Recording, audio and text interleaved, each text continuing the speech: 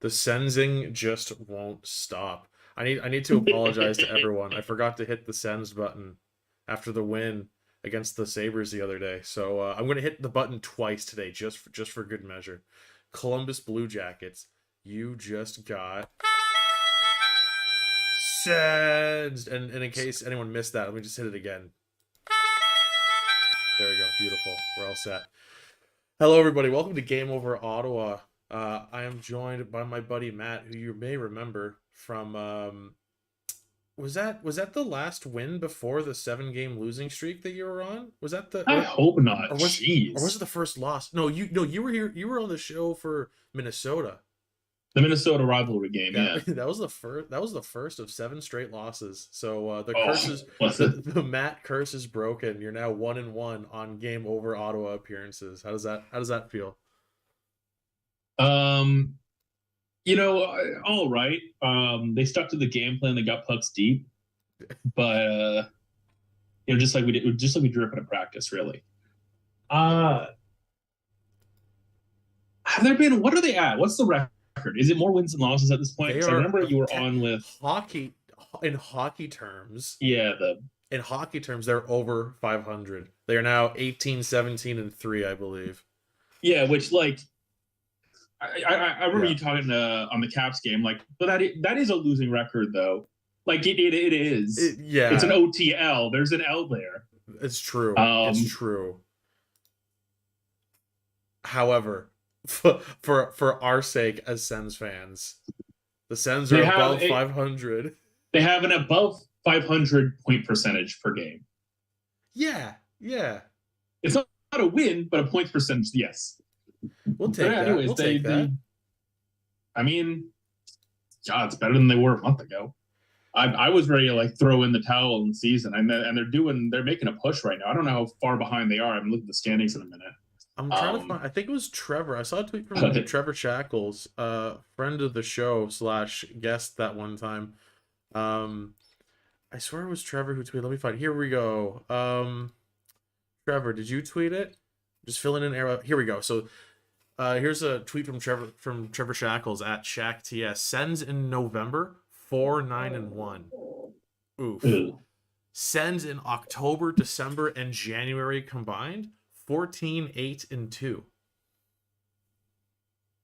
That's so 3 or 4 months they've been good. I guess. Well, January's whatever they call it, but yeah. I mean, yeah, it's kind of like one good month, right? Like October was like a half month because the season starts halfway through, and then January we're four yeah. days in. So like, it's like one really awful month and a good like month and a half, which I guess checks out because now the team's right around 500. So that makes sense.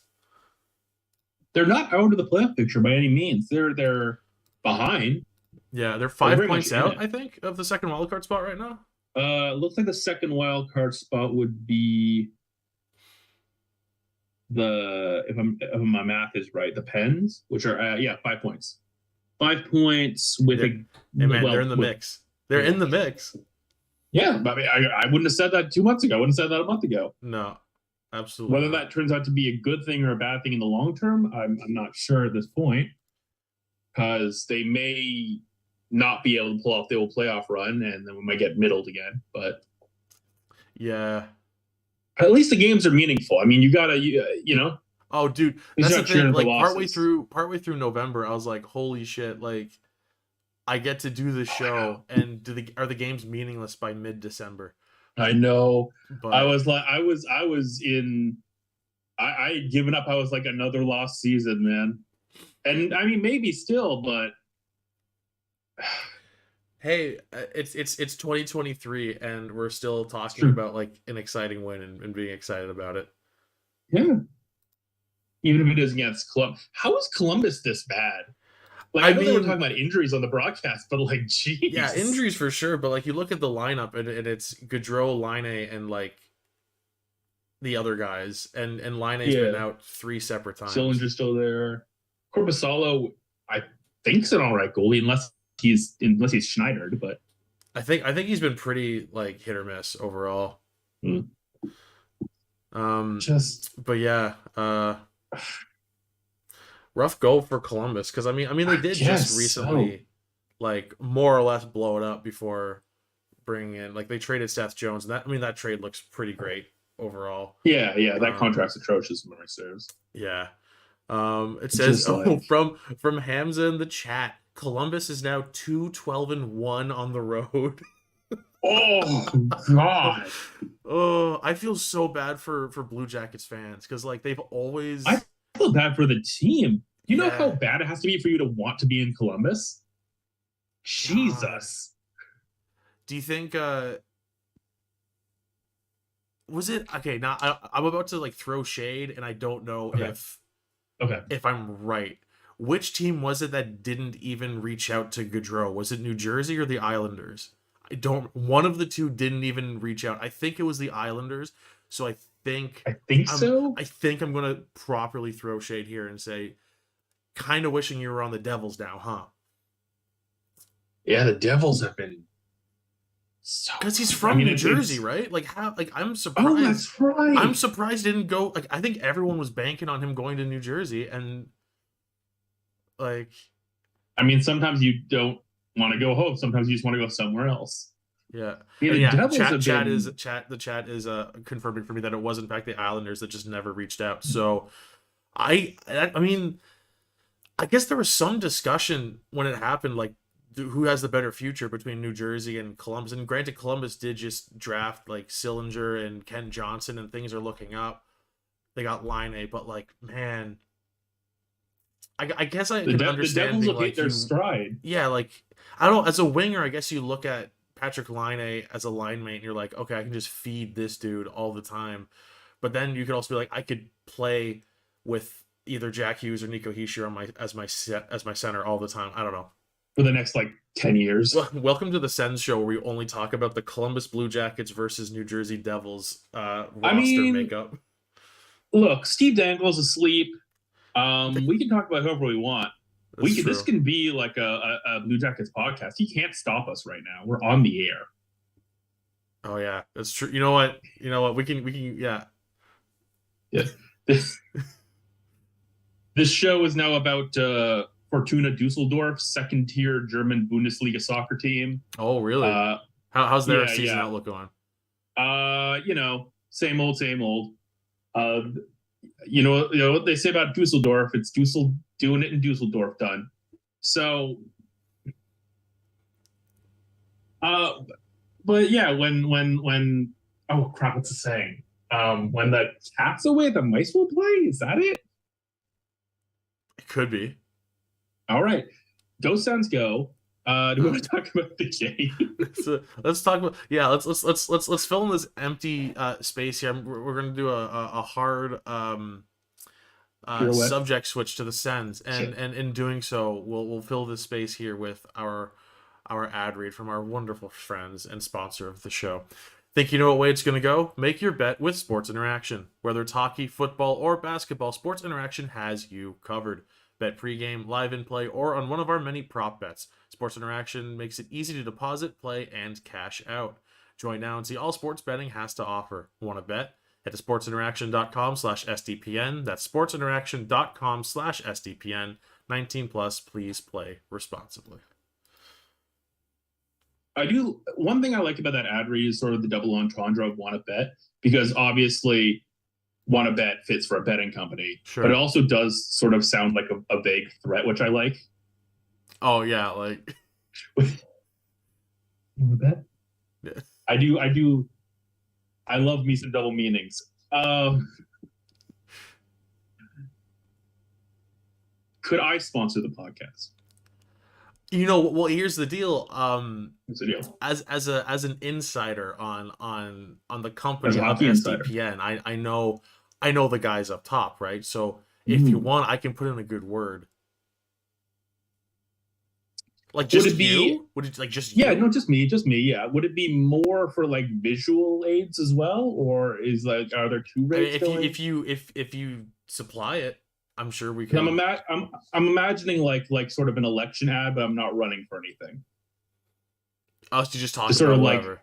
just sort of like my face fades in from the side, overlooking like a city landscape, and it just says Matt. and then there's like Yeah. space for subtext and isn't any. Just not even like a this podcast is brought to you by Matt. No, Matt. Just Matt. The one Maybe word. catch the fever. Maybe That maybe want to bet. I'll tell you what, I'm catching the Sens fever right now. Can we get a look at your shirt, because I love Oh your right. shirt. For everyone, for people who aren't watching and are just listening, can you let us know what your shirt says? Yes and no. You should probably read it because I'm getting reverse in the old camera. So just give me an old read. It's a bunch of Send slogans. Yeah, Not literally, but you're like slightly figuratively cut taped off together. to the left. Can you scoot to the right Oh, am I? ever so slightly? There we go. Here we go. So we got hockey makes, and it's cut off.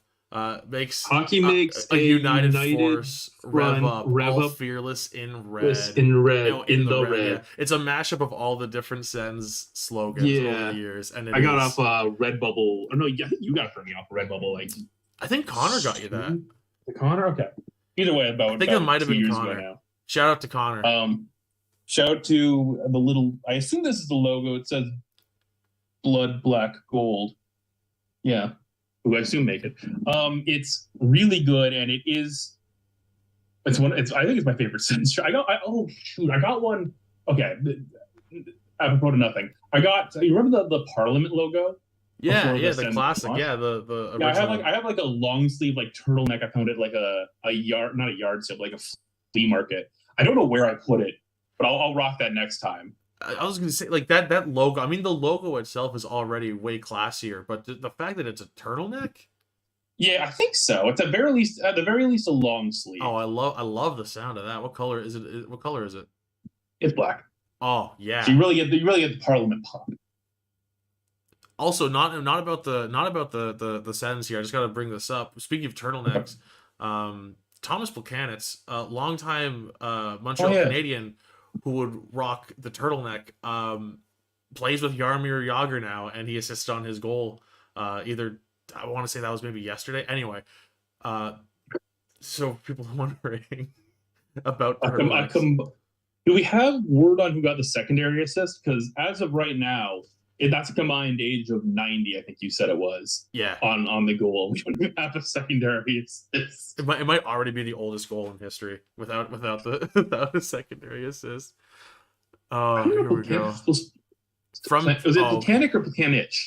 Plekanec. Plekanec? It's like a TS instead of the C? Is it? Kind of? Like pronounce I don't know. I don't think so. Most of my NHL player pronunciation understanding comes purely from the NHL games. Yeah, which is not great, because for several years it was Alexander Seaman on the Washington Capitals, which is not it. It's not. So that does cause some issues. Let's not talk about the Sens. From Chad in the chat, Bedard goes to the Ducks? ? Now, out of the bottom feeder teams, despite the fact that we're Sens fans and just naturally have to hate the Ducks at all times, as far as the bottom teams go, that I don't think I'd hate it. I would a little, just because it would be. I mean, him with Zegras, yeah. Like, that'd be fun. And Mason McTavish up front, and Jamie Drysdale. It's just far away. Yeah. John Gibson somewhere near the net. Sens would only have to deal with him once, twice a year, maybe. That's true. What was the last time a last place team actually won the lottery, though? Because I feel like it's always like a guy around like fifth. Were the Habs in last place last year? I don't remember. Maybe. Let me see. I mean, more often than not, obviously the odds back it up. More often than not, the team that's in last doesn't. I'm sure someone in the chat's going to help us out with this. I'm sure someone's going to have access to this way faster than we'd ever find it. But that is a good question, because I know for sure that Buffalo was last when McDavid went to Edmonton. Yeah. I'm just saying it doesn't happen often. So, like, even no matter how awful the Ducks are, they're still going to have an under 50 chance. Yeah, and plus it's now down to only the 2 lottery picks, right? So, it'll be. I mean, I think that definitely would help the last place team. Yeah, Montreal was in fact last place last season. So. Oh, so was that recently? Okay. It's that recent, I guess. Yeah. The Ducks are no longer in last. Really? It's It's Chicago. Chicago. That okay, so that's the thing. Chicago getting Connor Bedard is my worst case scenario. Yes, agree. They do not deserve it. No. Um, they do not deserve it. They the Colorado Connor Blackhawks. The Colorado Blackhawks deserve to Colorado. be the Colorado Bedards deserve to be relegated to the lowest depths of the NHL and then some. Mm. Um, they deserve to play Arizona 14 times a year. Oh wow. So I don't want him there. Ducks, yeah, Ducks would be fine. Sharks, I would like the Sharks to be good again. That'd be fun.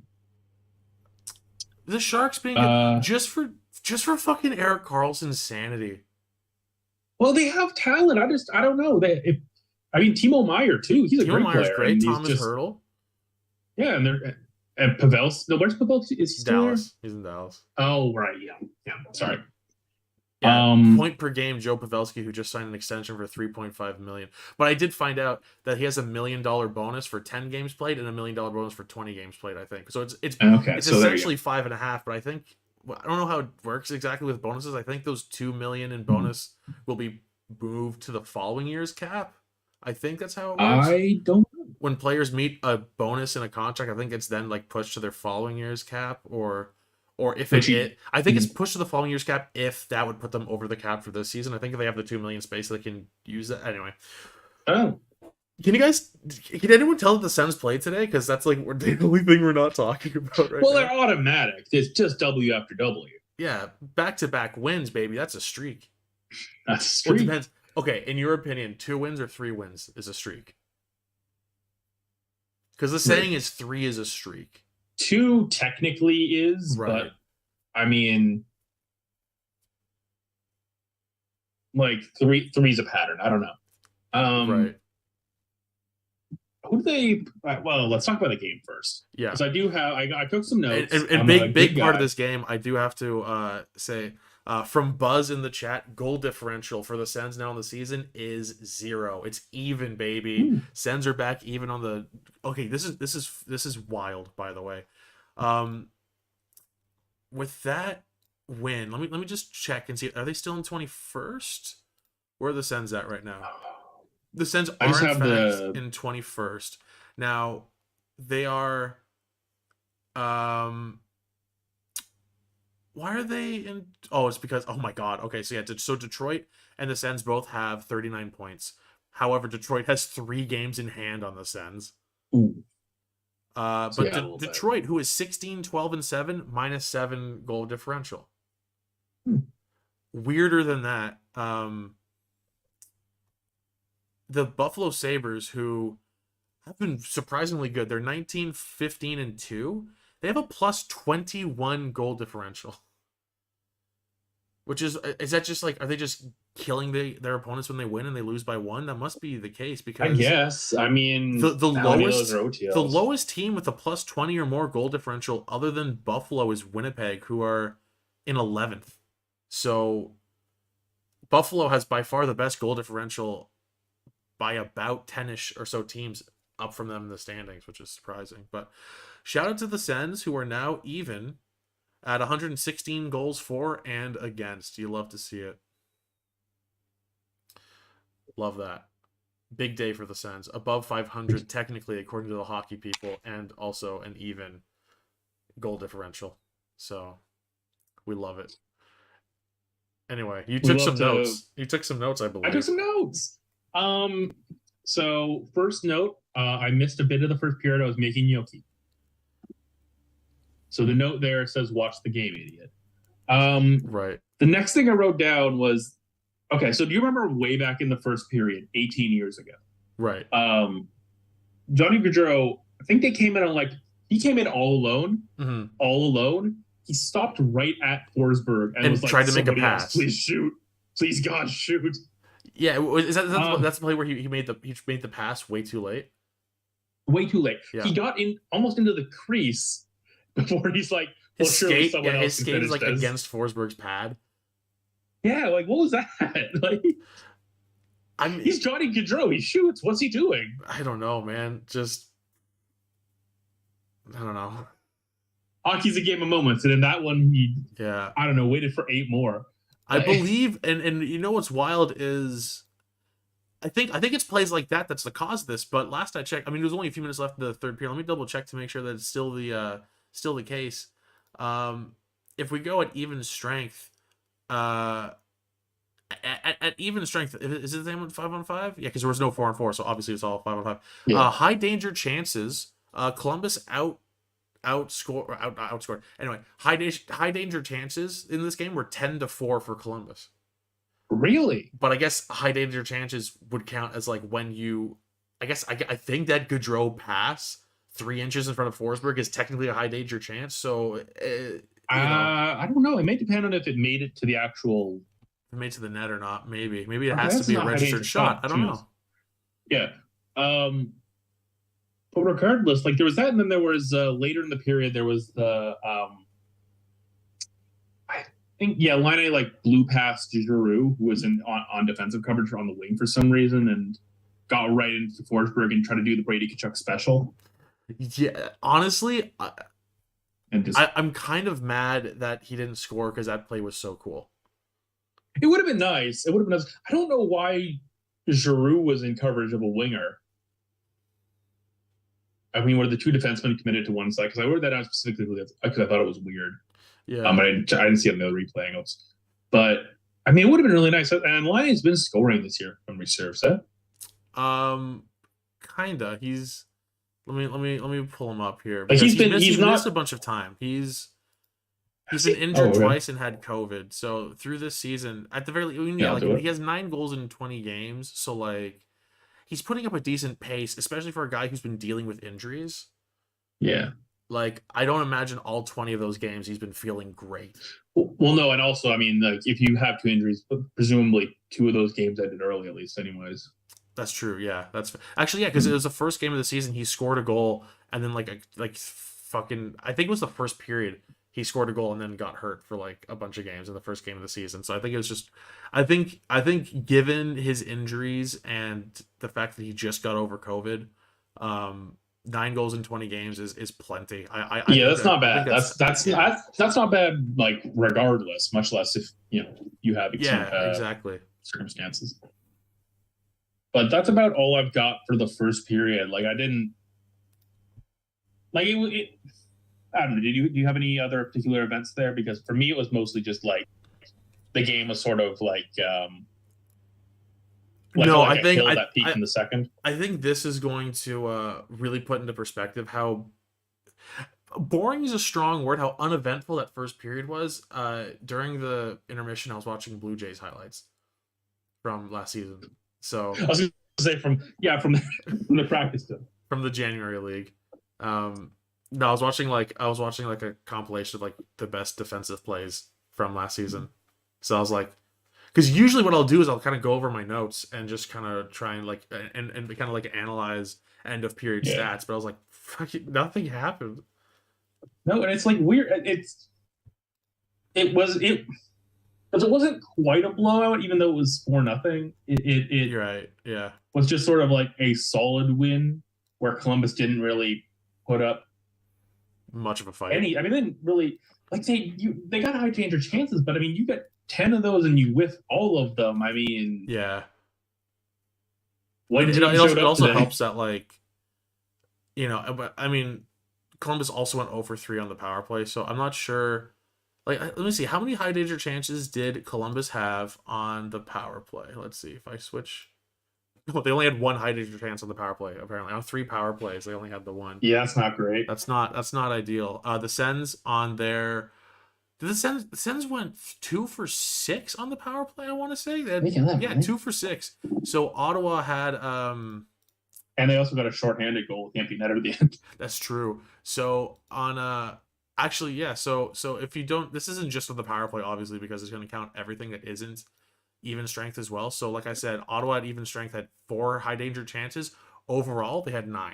So they had more on their 6 power plays, which I guess checks out. I mean, especially on those power plays, Ottawa controlled play. I mean, as you'd expect, but like especially like they were dominant on most of those power plays. As you would expect, but as the last few years have taught us, It is by no means a given.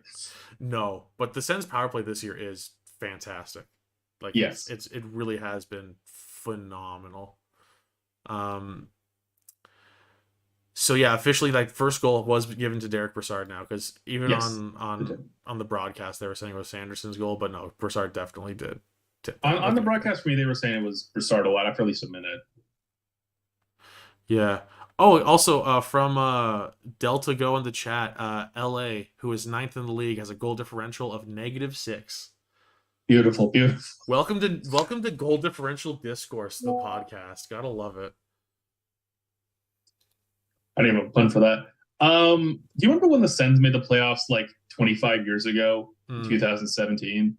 And the main gripe was like, oh, they have a poor goal differential. They must not be any good, from a million people who had never watched the Sens play.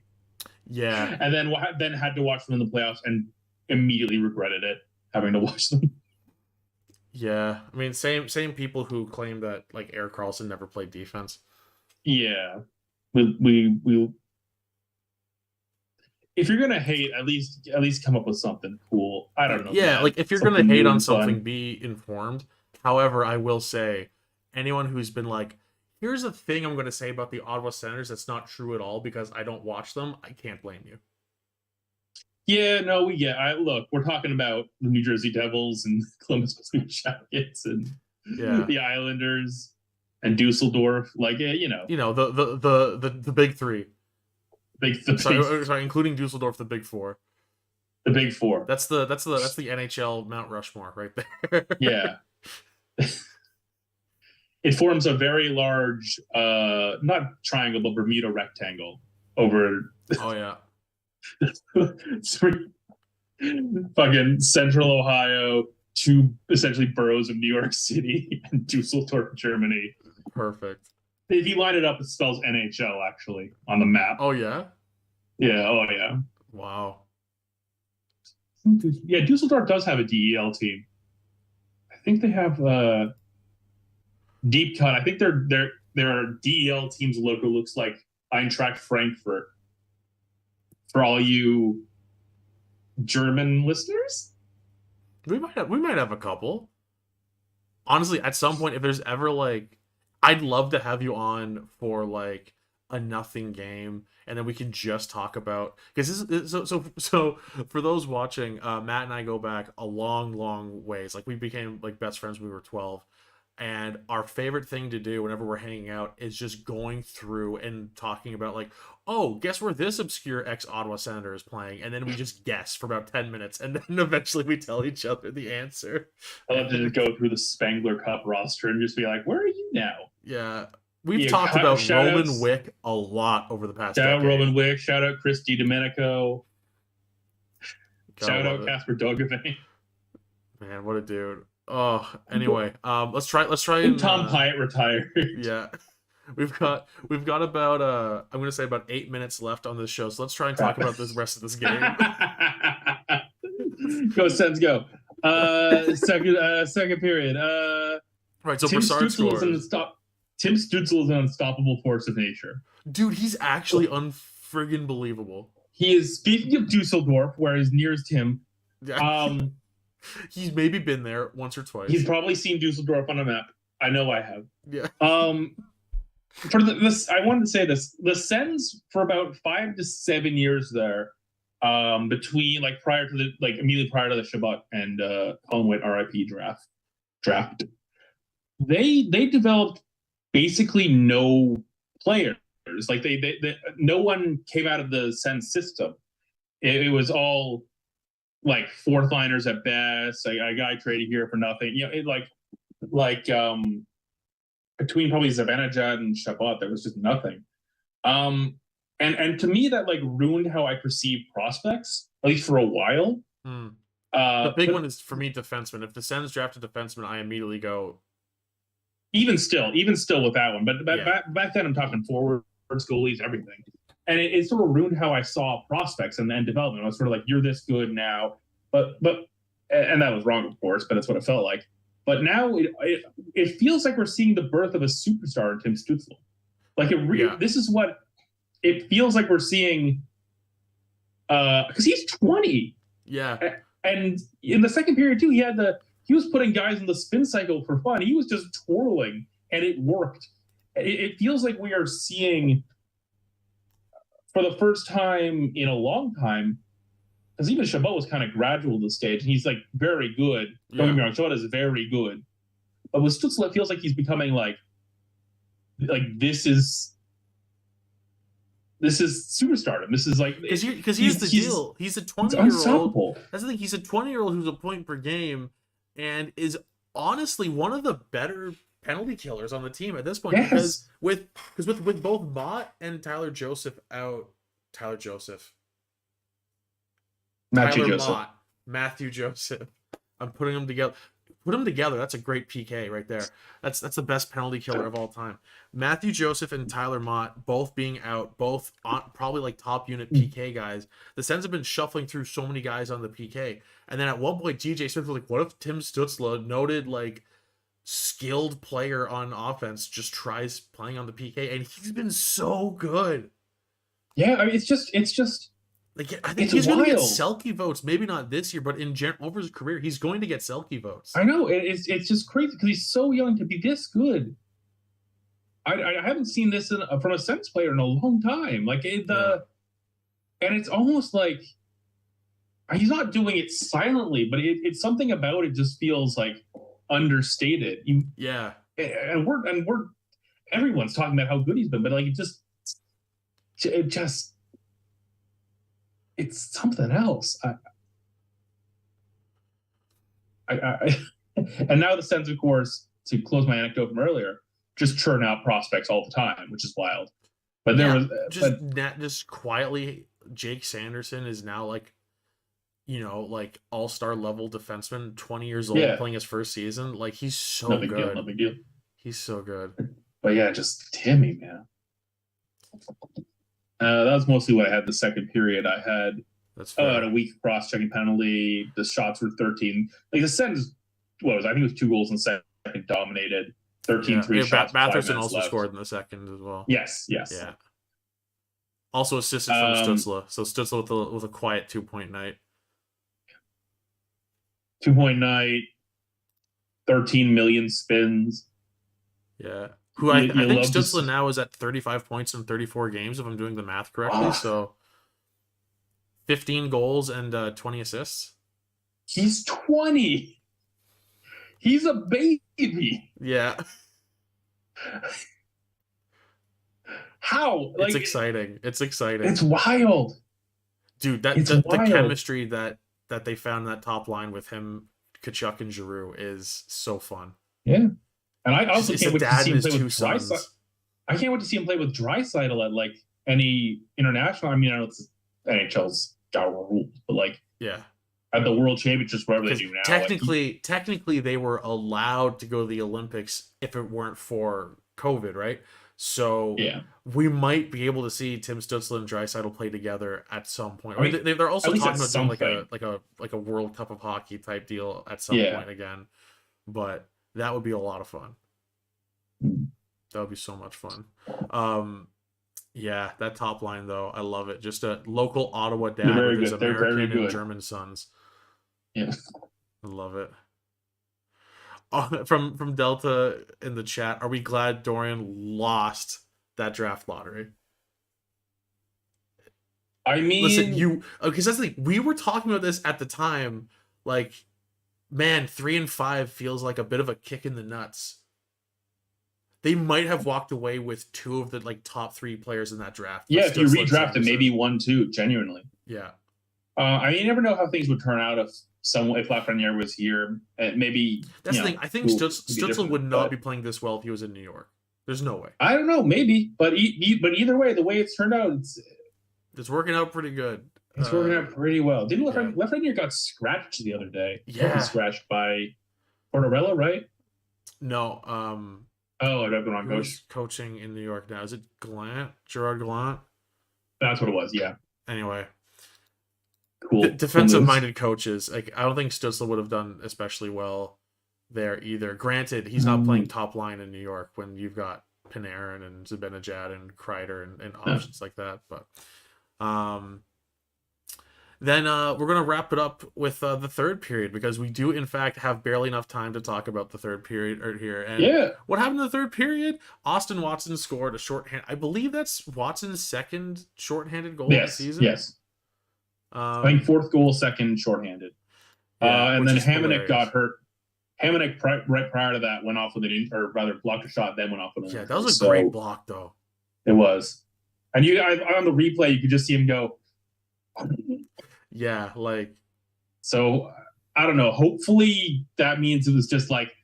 He's been taking some abuse this year, man. Hamonic, between blocking shots, and he's also one who took the shot to the throat earlier this season. Oh yeah. And Shabbat friggin' high sticking him in the face on the bench by accident. Remember that?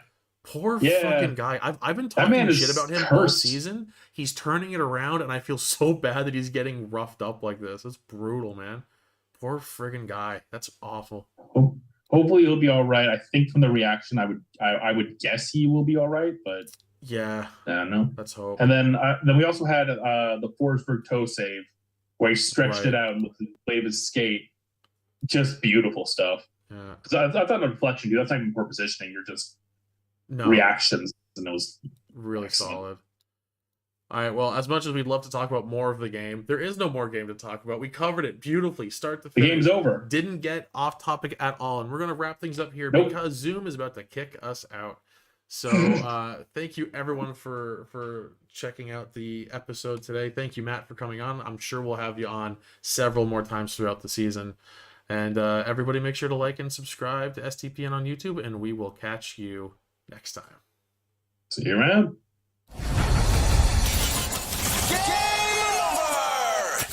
Powered by Sports Interaction, Canada Sportsbook.